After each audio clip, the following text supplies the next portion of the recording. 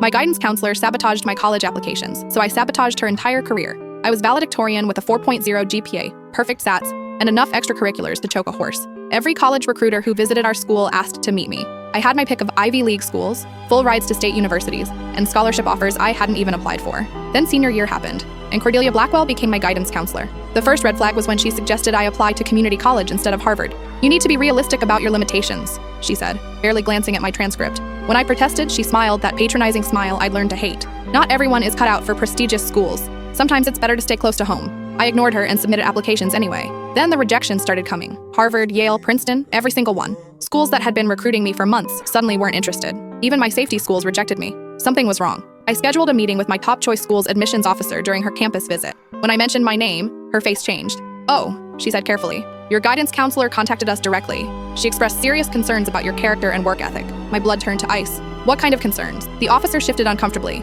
She mentioned incidents of cheating, behavioral problems, questions about the authenticity of your achievements. "We take guidance counselor recommendations very seriously." I walked out of that meeting shaking with rage. That night, I started digging. I knew Cordelia's daughter Penelope was a senior at our rival school, and coincidentally had applied to many of the same colleges I had. A little social media stalking revealed Penelope's stats: barely 3.0 GPA, average test scores, minimal extracurriculars. The pieces clicked together. I spent the next week documenting everything. I recorded our conversations, saved every email, and gathered evidence of her sabotage. Then I discovered something interesting. Cordelia had been embezzling money from the college preparation fund, using it to pay for Penelope's expensive SAT tutoring and college consulting. But I needed more. I volunteered to help in the guidance office, playing the devastated student who just wanted to understand what went wrong. While Cordelia was at lunch, I accessed her computer. She'd conveniently left her password on a sticky note. What I found made me physically sick.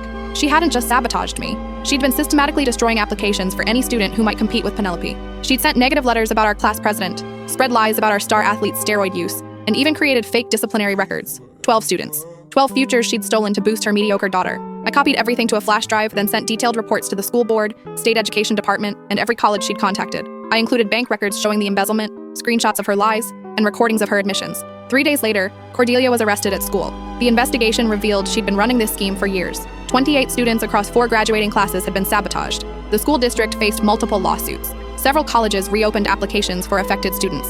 Cordelia lost her license, faced criminal charges, and her husband divorced her when the embezzlement came to light. Penelope, humiliated by the scandal, transferred schools. As for me, every college personally apologized and offered admission. I chose Harvard, with a full scholarship they created specifically for victims of her scheme. Last month, Cordelia was sentenced to 3 years in prison. She sobbed as they led her away, finally understanding what it felt like when someone else controlled your future. I graduated summa cum laude and now work in college admissions, making sure students like me never get silenced by small people with big power. Sometimes revenge isn't just satisfying. Sometimes it's justice.